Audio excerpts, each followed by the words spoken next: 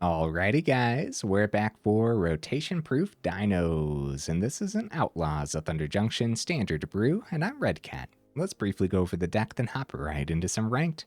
Check out our top-end dinos. We got all four. Trumpeting Carnosaur. That Discover 5 is going to be excellent because we have all four. Palani's Hatcher in here as well. This is a 5 mana, 5/3. Other dinosaurs you control have haste. When it ETBs, you get a 2. 0/1 green dinosaur eggs, and then at the beginning of combat on your turn, if you control one or more eggs, you can sacrifice an egg and get a 3/3 green dinosaur creature token. Happens to be pretty darn good. The biggest problem here is the 3 toughness, where it gets picked up by things like lightning strike and stuff, but we are trying to be very, very explosive with our top end, so hopefully that'll be fine and dandy. More things on the top end. We have a couple Earthshaker Dreadmaws, actually. This is a 6 mana 6/6 with trample. When it ETBs, draw a card for each dinosaur you control. Okay. I actually feel like this is a little bit underplayed in dinosaur builds, but we'll see if it can do a thing today. A couple of Italis making the cut, of course, and a couple of Vaultborn Tyrants as well. Another way to potentially keep our hand nice and stocked up. Also have Bonehoard Dracosaur here on the top end as a 2 of. Another way to just see more off the top of your deck. And then this is a lot of top end, so we have a lot of ramp, and all of it happens to be on creatures. Like 4 Hulking Raptors, fitting the dinosaur theme. The Ward 2 happens to be pretty good. And then at the beginning of your pre-combat main phase, you get to add 2 green sources, which is pretty darn good, man. And we do have a 1 of Gwenna in here, a 4 of Intrepid Paleontologist, and a 4 of Ixalli's Lorekeeper as well. What's interesting about all these is all of these are druids. Lorekeeper's a druid, Paleontologist is also a druid, and Gwenna is a druid. That's going to be important because we do have all 4 Cavern of Souls over here in the mana base. So you're going to be calling dinosaurs a lot, but every now and then you're going to call druid as well for the Cavern of Souls. So definitely something to consider. Could also call human, but I recommend druid because Gwenna is not a human. Okay, more things packed into the list. The last dino here is Itzquinth, a firstborn of Gishath. 2 mana, 2/3, legendary creature. It has haste. And when it ETBs, you can pay 2. When you do, target dinosaur you control deals damage equal to its power to another target creature. So acting as one of the pieces of removal in here. And we do not have a lot of removal in here, but the other removal is actually a couple tail swipes and a couple hard-hitting questions as well. I think both of these are going to be equally as powerful in this particular build. But it could also be your removal of choice. I opted for a lot more green here in the early game, so we could lean the mana base a lot more green as well. Your removal of choice, for example, we see Triumphant Chomp making the cut in these dino deck lists more often than not. Like I said, I just opted for the green removal to lean the deck more green. So honorable mention for a reason. While I'm over here, we might as well go over the other honorable mention. I did consider up the beanstalk for this list. Maybe as a one-off, it could be pretty interesting. Just have so much on the top end, man. Okay. Almost everything. We also have a couple Smuggler Surprise too. So 1 green mana, instant speed. It has a spree cost here. So for the extra cost of 2 mana, mill 4 cards. You may put up to 2 creature and or land cards from among the milled cards into your hand. Has this middle ability for an additional cost of 4 and a green. You may put up to 2 creature cards from your hand onto the battlefield. I mean, we just went over that top end, dude. You can imagine how disgusting that could be, right? You drop an Etali and a Vaultborn on the same turn, you're looking pretty good. But also, same thing with like anything else on our top end. You drop an Earthshaker and a Carnosaur, or Earthshaker Etali, or any combination of that. That could be really disgusting. Or the Hatcher, same concept, dude. Giving all of your dinos haste. It's going to be excellent if you're slamming extra dinos onto the board. Also has a bottom ability here too. For the additional cost of 1, creatures you control with power 4 or greater gain hexproof and indestructible until end of turn. Pretty good card, man, especially if you get to that 6 mana. Just noteworthy things, of course, is the Lorekeeper won't help you ramp into the 6 mana for the surprise, but overall, I think we'll be fine and dandy. Over in the mana base, we do have all 4 Restless Ridgeline as well, and we're rocking the Karplusan Forest this time around, hopefully not doing too much damage to us.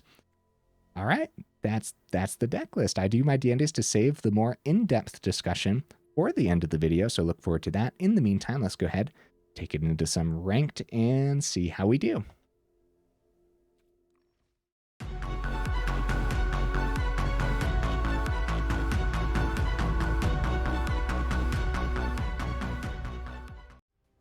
All right, we'll see if we can get right into that first game in the meantime. What am I expecting from the build? I think it's going to be pretty decent as far as dinos go. It really, like when I was putting this together for rotation proof, it really didn't feel like we were losing a whole lot. You know what I mean? So I think it's going to be decent, man. Good hand as long as we see some of our top end. I mean, like most of the deck is top end. Onyx goes first, unfortunately, but we can't complain about this hand. Warden of the Inner Sky. We get to keep the at least 2 of our ramp pieces on the board. Okay, good swing from the opponent here. No blocks. Hard hitting question. Not bad. It's good to see some removal up against this, but if Vanguard number 2 comes down, then we could be in trouble. Hard hitting question. See, Tail Swipe would have been a trade that we wouldn't have accepted anyways. Let's get the Paleontologist down. Right, yeah, we're not swinging. I was just thinking there, for next turn, we don't see mana off the top. We still have Raptor if we get to keep our creatures around. We don't get to keep our creatures around, and we need mana off the top to get the Raptor down for sure. For sure, dude. I believe we have 24 total mana in here. So we should have a pretty good chance of seeing our third. Gonna take the 4 and be scared about it. Mana, it's tapped. But it's mana, so we can't complain too much. That's not bad. I'm gonna get the Itzquinth down, just for the sake of having. Well, if we wait, target dinosaur you control deals damage equal to us. That's gonna be more removal if we wait. But if we wait too long, we could be in big trouble, man. Love hard hitting question and the Itzquinth. That might be okay. We start by taking out Vanguard, then hitting the Brutal Cathar. I'm going to get greedy with it because I think we're in trouble, actually. And since we're in trouble, we might as well, like, just wait. We might as well see what actually happens if the greed pays off here, right? So, let's see, let's see. Vanguard number 2 would be the absolute worst case scenario. They pass it back, and I have no idea why. They switch it to nighttime. Brute is a problem now, I guess, right? I guess Brute makes it so that way we can't successfully get our Paleontologist back, but we don't need to get the Paleontologist back. And we're about to switch it to daytime so they get to pick up whatever they want if we play 2 things. So maybe it's Raptor for the turn. And then still play the hard-hitting question anyways. How do you guys feel about that? 1, 2, keep an extra blocker back. Hard-hitting question. The Ward 2 is really good here. Switches today. If they hit the Raptor, they have to pay the Ward 2. Effectively, they would just take the turn to switch it back to nighttime then. So maybe we do the hard-hitting question on the Brute and pay the extra Ward cost. We don't have the extra Ward cost. Oh, yeah, because it's not a human now. So we just pay the 3. Right? Pay 3. Okay. That's pretty good. We save the extra blocker back. It does go back to day, but now they don't pick something up with the Brutal Cathar. Tough decision, but I think that was fine. That was pretty good, actually, I think. Because now if it's Brutal Cathar number 2, they'd have to pay the Ward, and they don't have it. So they pick up a smaller thing like the Paleontologist again. And Raptor blocks really well. They get the Initiate down and established. They don't have a great full swing. They go for the tap, and do we accept that trade? No, because we have... They don't accept that trade either, guys. Smuggler Surprise is available, but we don't have much in hand. 1, 2, 3, 4, 5, 6, 7.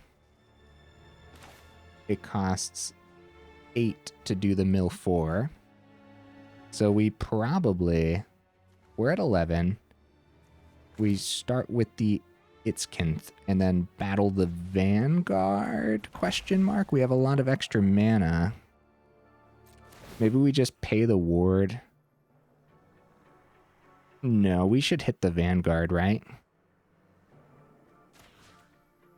Right?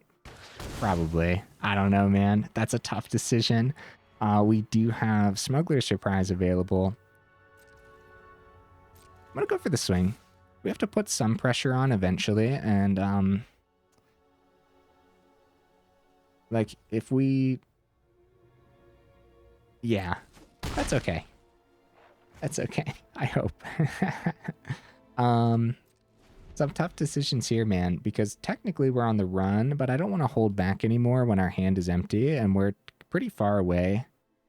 I mean, if we lose the Raptor to a block, we're pretty far away from having 8 mana for the surprise, which we'd very much like to do the mill 4, grab 2, then play 2. Wow. Another Cathar takes the Firstborn. That is Cathar number 3, guys. Actually considering the Lorekeeper here because they're thinking like, well, they probably have a top end of dinos though. They do take a Lorekeeper actually. That gives us one more good blocker on the ground, so they might pass, but they can go Warden's ability as well, swing for 3/4. That does get through actually. I think we'll take the 3 and just keep our creatures back for now because the Firstborn blocks everything else a little bit better. Oh, they're actually going to pass it back anyways. So land off the top that's untapped would be huge. Dracosaur is equally as good here, I would say. 1, 2... Oh, that's fine. We just get this down, dude. We could start with a swing, see if they trade. That's a good trade for us. No, we don't. We don't start with a swing. We're going to lose the 2 mana. Jeez, bro. That could have been bad. Is it a good trade? Now that we have the Dracosaur down. Yes, it's a good trade. So I think they take the 5. They don't know it's in hand too.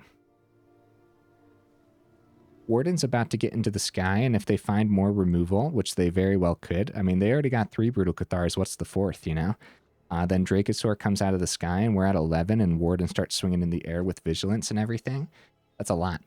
A lot to deal with. So it's a good trade, and if they don't trade, it's 5 to their face, which is really good as well.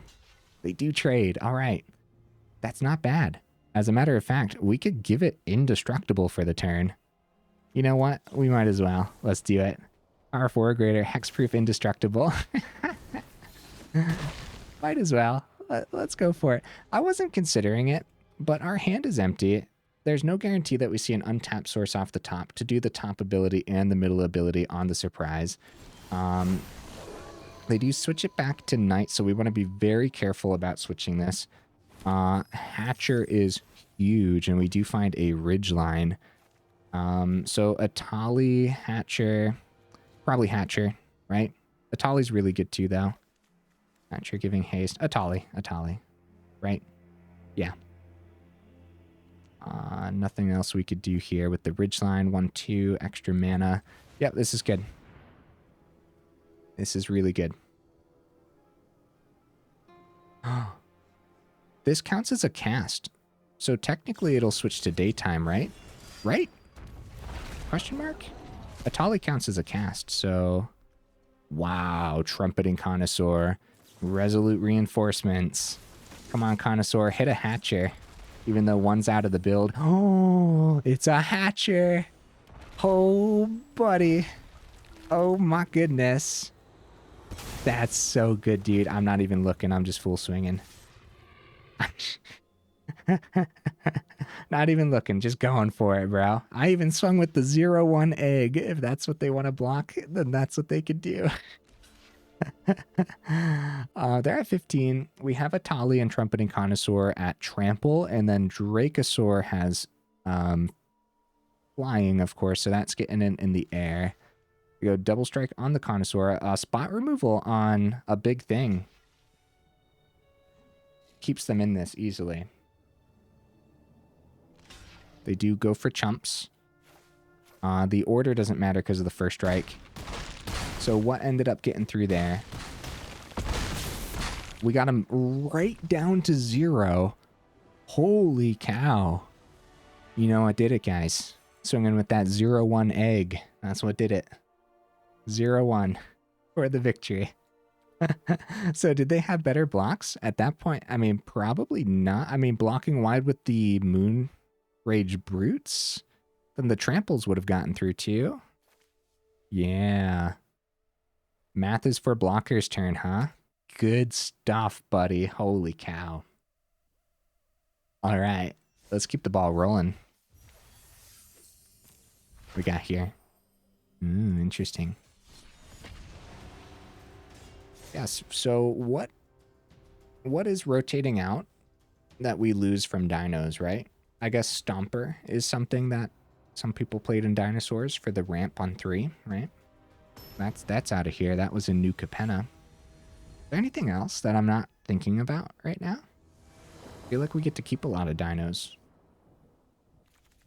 Ooh. Oh, we go first, though. I'm gonna say this is a really slow hand, but maybe we're not up against aggro and we have a chance for setup. It's a really good first game. I'm gonna risk this one. We have a lot to draw into as well. Like no early ramp, but Swift Spear. Bro, okay, ramp. All right. Oh no, it's ramp that dies to play with fire though. Come on, stick around, Paleontologist. Come on, buddy. Come on. Swift Spear and Ancestral Anger. Paleontologist is alive. We're down to 14. Hulking Raptor is really good early game here against Mono Red. The, you know, Mountain comes down. Play with Fire can't hit it. Lightning Strike can't hit it because of Ward 2. That's really good. Extra ramp, we go right into Carnosaur. Probably just big things immediately to be able to block these Swift Spears. Although Hatcher's tempting, Carnosaur can hit a Hatcher, so... Guys, they skipped their combat phase. They're going for the plot. They say we can be explosive next turn. 1, 2, 3, 4, 5, 6. 7 on the Forest means hard-hitting question.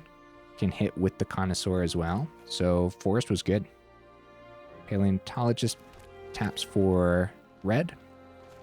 Connoisseur. Big things. Lorekeeper. Ew. Okay, that's fine now. Hard-hitting question. Yeah, immediately.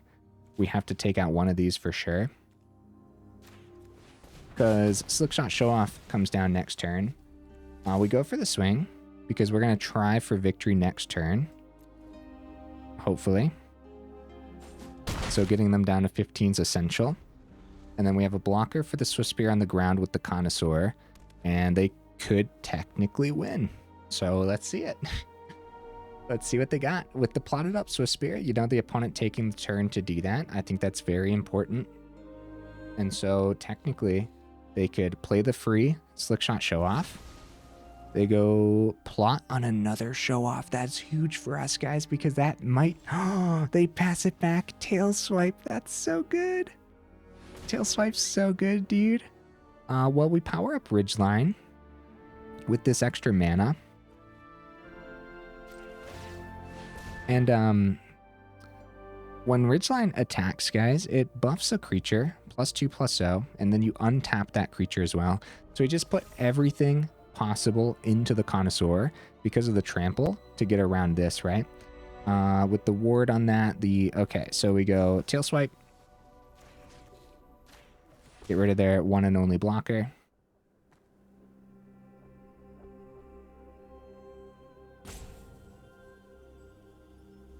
This is good, dude. We really got lucky. I mean, maybe not incredibly lucky, but, you know, it kind of feels lucky a little bit. They still got 2 mana. I don't know what that 2 mana at instant speed could do to this current board state, especially with an 8/6 Connoisseur. GG opponent. Wow. All right. Let's keep the ball rolling, dude. Heck yeah, I had fun. Oh, buddy. Taking down mono red is great. The fact that they took another turn to plot up another Slickshot show-off tells us that they didn't have too much explosion in hand as is. But technically, being at 14, with 4 open mana, they could have played that show-off, and I think they could have easily won, especially if it's one of these Slickshot show-off decks that run the double strike cards as well, which some of them do for good reason. But instead of plotting that second show-off too, they could have played the second show-off, played the free first show-off, and then put like Monstrous Rage on each of them. How much extra damage would that have been? I think we were at 14 too, so. All right, we go first. I like the hand. Lorekeeper.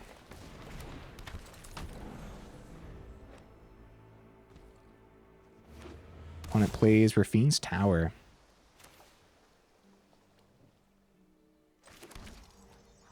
Alright, we'll swing, get the Paleontologist down. Mana off the top, of course, would be pretty good. We do have 24 in here, so, like, you know. Deep Cavern Bat, hitting that Gwenna for sure. For sure, get it out of here. However, mana off the top without removal on our board means Dracosaur could come down. Of course, it has to be untapped mana, but still. And if they go Dracosaur, I mean, now we have the Gwenna play, even if we don't see mana. But Hulking Raptor is probably even better, isn't it? That was a really good draw, dude. Holy cow. That's a really good draw. The Ward 2 is so good early on, man. That would have been the hit. For sure. They're going to go for the draw here on the Gix. Always a really good curve going bat into Gix. All right. All right. Another Hulking Raptor is not bad. 1, 2, 3, 4, 5. 6 with the Lorekeeper. If this was mana, Tyrant would come down. Holy cow, dude. They accept that trade for sure right there.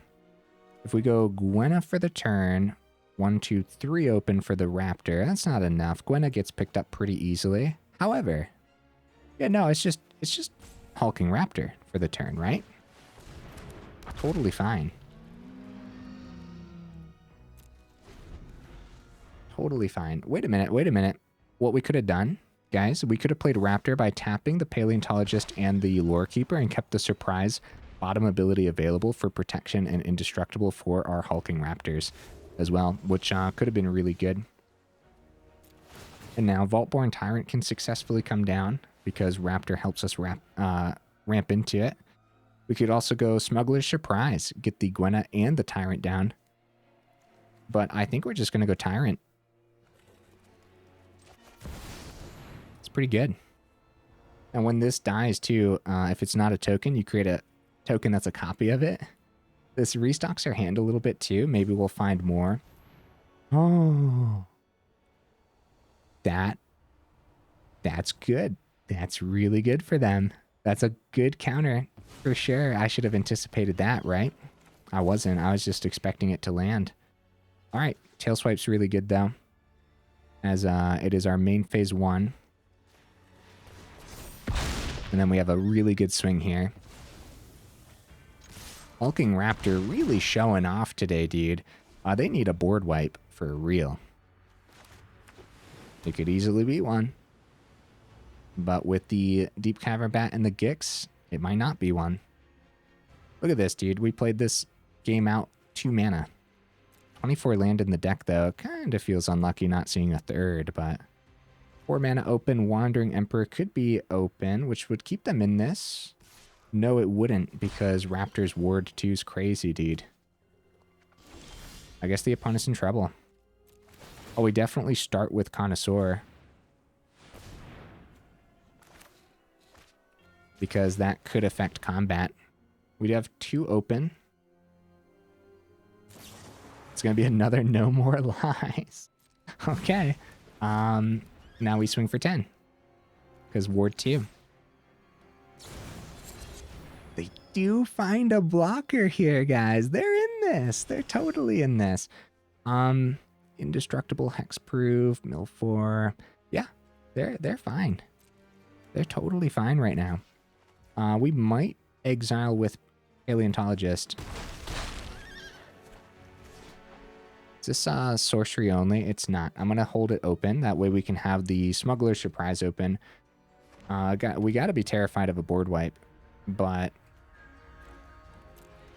I'm not sure. With the creatures that they played, I mean, they're still in this for sure. Anyone's game. I think they could start pulling this back easily. Smuggler surprise not doing as much as I would hope right now. But I think it'll do the thing today. I think it'll be worth the 2. And the one of Gwenna not really helping us this game either because we just had better things to play. Any top end off the top would be pretty good too. With the counter spells, there's a perfect example of why we have all 4 Cavern of Souls in this build, right? And right now, 3rd mana off the top wouldn't be great unless they wipe the board, because getting Gwenna down would be fine after that. Or we'll just need more mana to eventually play the Bonehoard Dracosaur that they took with the Deep Cavern Bat as well. So if their board wipe of choice right now is like to populate, we have Hexproof Indestructible. If it was Sunfall, we'd be devastated. But we would get the Bonehoard Dracosaur back to hand, but we only have 2 mana. Which is kind of crazy to think about, man. So the creature ramp really doing the thing today. Opponent has left the building, guys. It looks like it's going to pass back to us. I will exile target card from a graveyard, which will be the Gix, I suppose.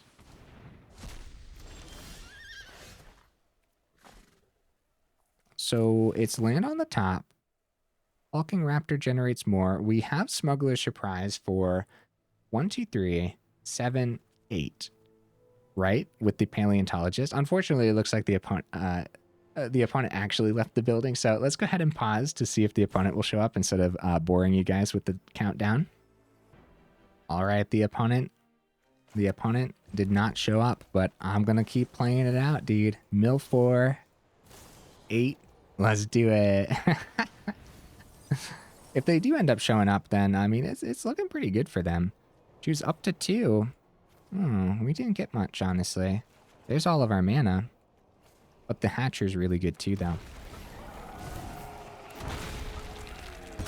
All that is excellent. Swing, swing, swing, swing. There we go. The game decided that the opponent does not need any more timers. Which is good news, because then I didn't have to pause the video again. There we go, guys. 3 victories in a row. I mean, not half bad. Are we getting a little lucky in some of these? Maybe, but, like, where was our mana that game? You know what I mean? So maybe not, too. Maybe the deck's just performing quite well. Sellsword. Nice. Sellsword is a card that we got to keep an eye on, man. For real. With how much explosion has been going on with mono red Gruul and everything, you got to keep an eye on that card. Wow, both surprises. I mean, this has got to be a bad hand, right? Let's mulligan. Let's see if we can keep the ball rolling with some victories. Dreadmaw here as well. Send one of the Hatchers, even though multiple Hatchers is actually pretty good. I'm not sending a land, I know that much. Not after that last one. Warden of the Inner Sky. It is time for the opponent's revenge. Here they come, guys. Here they come. Epicure. Hi.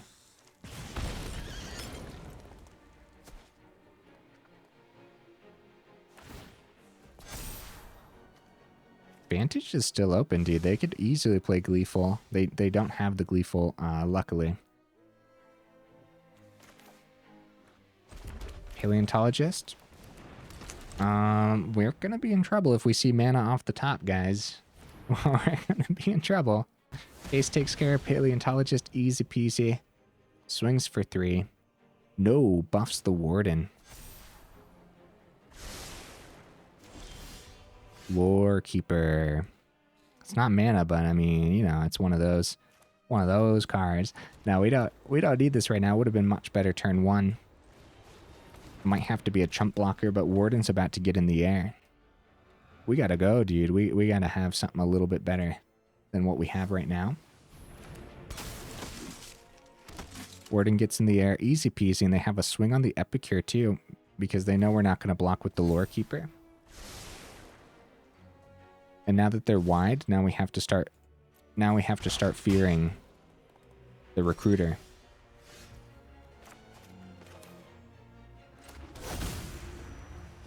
Dinosaur. Come on, guys. Come on, let's survive one more turn to at least get the draw on the Dreadmaw. No swings. Come on, guys. We have to go no swings because this, like, the Boros is a little bit silly with Explosion. Lethal Demolition. Voldaren Epicure. They're setting up, man, but they're missing their 3rd mana, so...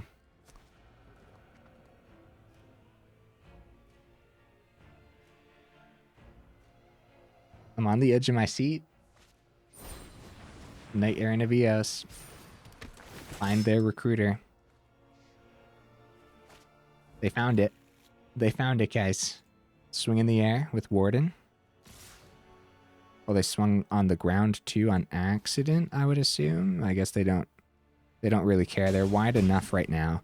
They're going to have 9 going through with the Recruiter play if they see mana. They only swung twice, so they didn't flip the case, luckily. Trumpeting Carnosaur is actually not half bad, dude. What could we find? Some removal. I really want to play the Dreadmaw, though. Oh, no. This is much better. This is much better. We could find free removal off of this, which would be crazy. Hulking Raptor. Wow. Big stuff, man. Big stuff. We're wide on the ground. We save it, right? Because they have 2 perfect blocks. We don't have lethal yet.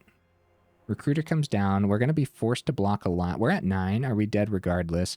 1, 2, 3, 4, 5, 6, 7, 8 creatures on the board. Recruiter's also going to be swinging. We have 1, 2, 3, 4, 5. I think we're dead regardless, but maybe they miss a 3rd.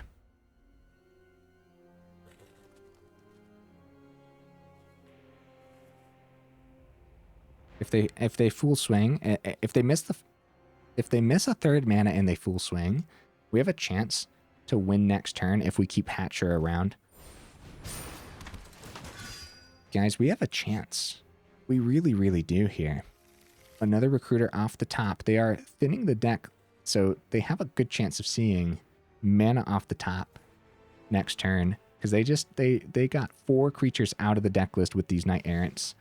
They go ahead, tap even more down. I feel like that's very risky, but that probably means that they're not swinging. Well, oh, Warden has Vigilance. That's right, that's right. So we die to the Warden next turn, so we have to win this turn, guys. Tail Swipe is so good. Oh, buddy. Okay, okay. So we start with the Dreadmaw. 1, 2, we can't power up the... Dreadmaw has Trample. Tail Swipe is going to take care of... Wow, look at this. Look at this hand. All right, Tail Swipe. We drew 4 off of that. Get you to a 7/7. Take out the Warden. They have blockers. GG opponent. I was actually going to take the time to count... because there was a chance that they would have missed a 3rd mana next turn too. I was actually going to count that out just in case. 4 victories in a row, guys. 34 minutes in. This is what this is how I'm feeling, right? I feel we just end on a high note. Our rotation-proof deck lists have been really struggling. It feels great to get the 4 victories. I think that the deck list could still end on a high note if we go into one more, but we're already 34 minutes in, and I actually have a lot to say about the deck list too. So let's end on a high note. That was a beautiful victory against Boros. And real quick here, did we have it? That's the question. So if we full swung, they're at 20. We have 2 trampling 7/7 creatures here, or 7 power creatures. If we swung here, Hatcher and Raptor, they do not have trample. So they block Hatcher, Raptor with the Knight Errant, right? They let 14 go through here, and they chomp with their Goblin a 3/3. That's only 18 damage. We did not have lethal on this board, guys. 18. We had Hasty Itzquinth in hand. Tap the Lorekeeper down. That would have been 19 damage. I might have miscounted, though. I'm not going to take more time on that right now. But I don't think we had lethal on this board if we swung, and then they would have won next turn. So that was a very early concede, maybe for no reason from the opponent. You guys will have to let me know if that was the case, but I think if we played Itzquinth, that we would have only had 19 damage, but like I said, might have miscounted because I went through that pretty fast. Let's go talk about this deck list, guys. I couldn't be more satisfied. Even if we lost there against Boros, we're not too sad about how the deck list performed. Restocking our hand there was pretty cool off of the Dreadmaw. It also happens to be a big old chunky creature that we just don't mind having on the board, especially with haste. You guys can see why I opted for all 4 Hatchers. That's what the deck is trying to do, is trying to be super explosive, get the Hatcher down off of the Discover on Carnosaur. Even if not, you're ramping into it very effectively off of Raptor. The Ward 2 on this is so huge, guys. It's not even funny. The Ward 2, like, if you see Hulking Raptor in your opening hand with one of your other ramp spells like Paleontologist or Lorekeeper or Gwenna, but mostly the early ramp spells, right? Like Lorekeeper. And if you can pull off a turn 3 Raptor, it's going to be very difficult for the opponent to pull off the Ward 2, especially if you went first man. So now all of a sudden, you're ramping another 2, and you already had ramp on the board. And then you play a land, and then all of a sudden, you're at your top end already, which is super duper scary when our top end looks like this, huh? Cool stuff. Cavern of Souls really could have come in handy in that one game with the No More Lies. I like all 4 of these in here. Remember, it's not calling human, it's calling druid, because Lorekeeper, Paleontologist, and Gwenna are all druids. And if you're not calling that, of course, you're calling Dinosaur. I guess Dinosaur more often than not. But every now and then you'll call druid too, so... Restless Ridgeline, pretty slow, but having it is important. Any deck where you're screaming, please, opponent, don't wipe the board. That's where the Restless lands come most in handy. Restless Ridgeline happens to be a decent one, especially if you're ramping really well. Again, Hulking Raptor's ability is kind of nuts, dude. If you get a couple of these out there, all of a sudden you can power up Restless Ridgeline very effectively. Both Tail Swipe and Hard Hitting Question did great today. Actually, was it mostly Tail Swipe? Not really sure. I forget if we used Hard Hitting Question, but both of them are fine. That's the kind of removal that I don't mind having in here. And don't forget too, in the honorable mentions, I talked about the Chomp that a lot of people like to play in their dinosaur builds instead. I opted for the green removal because I wanted to lean the deck even heavier in green to have a more consistent mana base, so we could have all 8 forests. That way we could have early green stuff all the time, like Lorekeeper and stuff as well. So the reason I opted for the fight spells is because I wanted more green in the mana base to make things more consistent. It felt pretty consistent. 24 land definitely did not feel like 24 land, though. Felt like 20 for some reason, but it worked. It worked fine. If it did feel like 24, it would have worked better, I think, honestly, right? Especially with the double Smuggler surprise in here as well. Still a card that you just got to keep your eye on, dude, at some point, right? Like, this is kind of ridiculous. Every time we play with it, too, if you ever do pull off that middle ability and you're slamming these big things on the board, looking pretty good, dude. Looking pretty good. I mean, like, imagine just slamming a Hatcher down with an Etali and then off the Etali casting another big thing like a Bonehoard Dracosaur. It could be absolutely devastating, and if you're up against aggro, you could outpace them somehow. By some miracle, you can actually outpace aggro with this list. Of course, that means they have to miss the early burn or removal. So that way you can ramp successfully, but it's 110% possible. And then, of course, you can completely outpace other builds too, mid-range and control. Just, it's felt pretty fast today, man. I'm very satisfied. Guys, let me know in the comments, did I just get really lucky? What's going on? Or are dinos actually good enough to do a thing? And we'll see after rotation as well. With all the rotation-proof builds, guys, I should be bringing this up more often. But, you know, it's kind of like, be careful what you craft because we never know what the meta's going to settle on. Like, we really just don't, right? And, like, a lot of times when a new set's coming out, a lot of specific cards get a lot of hype, and then you see those specific cards popping up in every deck for like a week, right? Because people are so hyped about them, and then everyone's calling those cards super broken and stuff, and then that card fades off into the distance as the meta settles, and then that was a lot of wild cards that no one uses anymore. That type of thing feels like that happens every single set. This time around, though, rotation's happening. We really, really don't know what direction the meta is going to go at all. So, however, I don't know if, I don't think, like, dinos is going to be changing a whole lot. So it's really going to depend what pops up in the meta. So, you know, I would say put everyone's rotation-proof deck list on the do not craft list. But at the same time, you just never know. Like, we played soldiers for last week, and the soldiers deck list was pretty good too. And that's like one of those ones too, where is that really going to change a whole lot, or that's still going to kind of keep like the same consistency? So it's hard to say just put everything on the do not craft list, but if you care about your wild cards, that's what I would do for like the first couple weeks of the new set. See where the meta settles, and it might take longer than a couple weeks. So I don't know. That's a lot of patience. I know I don't have it. Like day one, I'm going for it, man. Going for as much as possible. So, guys, if you made it this far into the video for real, y'all are champions. Thank you so much. And also make sure you check out that description where you got that Discord link, as well as that Patreon link too, if you're interested in supporting the channel that way. What else do we have to say about the deck list, though? The ramp felt pretty consistent. The Paleontologist could have done a thing against that one build if No More Lies was just a little bit weaker. No More Lies Exiles, it's kind of crazy. It's a really good counter spell.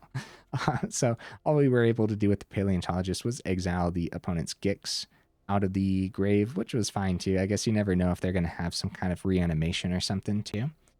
Bonehoard Dracosaur as a 2 of instead of like a 4 of makes a lot of sense. A lot of our top end is like variety, right? Like we could also like run 3 Italis and 3 Vaultborns and drop the Dreadmaw. Less variety means, I mean, like now you're getting rid of a little bit of the curve here, like if you do something like that, because Etali and Vaultborn Tyrant are both 7 mana, and you guys saw in a lot of those games, we were hitting 6 mana, but not 7 very well, and then there were times where we were hitting 7, but we wanted 8 for the surprise to do the top ability where you mill 4, and then the middle ability at the same time. It's crazy to me that we were actually able to do that today, right, for 8 mana. That's actually kind of insane. The point I'm bringing all this up is I would not drop the Dreadmaw. If you're going to drop it, I would stick to more variety and find another top-end dinosaur that you want to run and have it be at 6 mana. But I'll tell you what, I think it's going to be really easy to draw 4 off of this pretty consistently like we did today. So something to consider, I suppose, right? All right, guys. Hey, thanks again for being here. Again, y'all are champions for real. And let me know what you thought of the deck list down in the comments. And I will see you in the next video.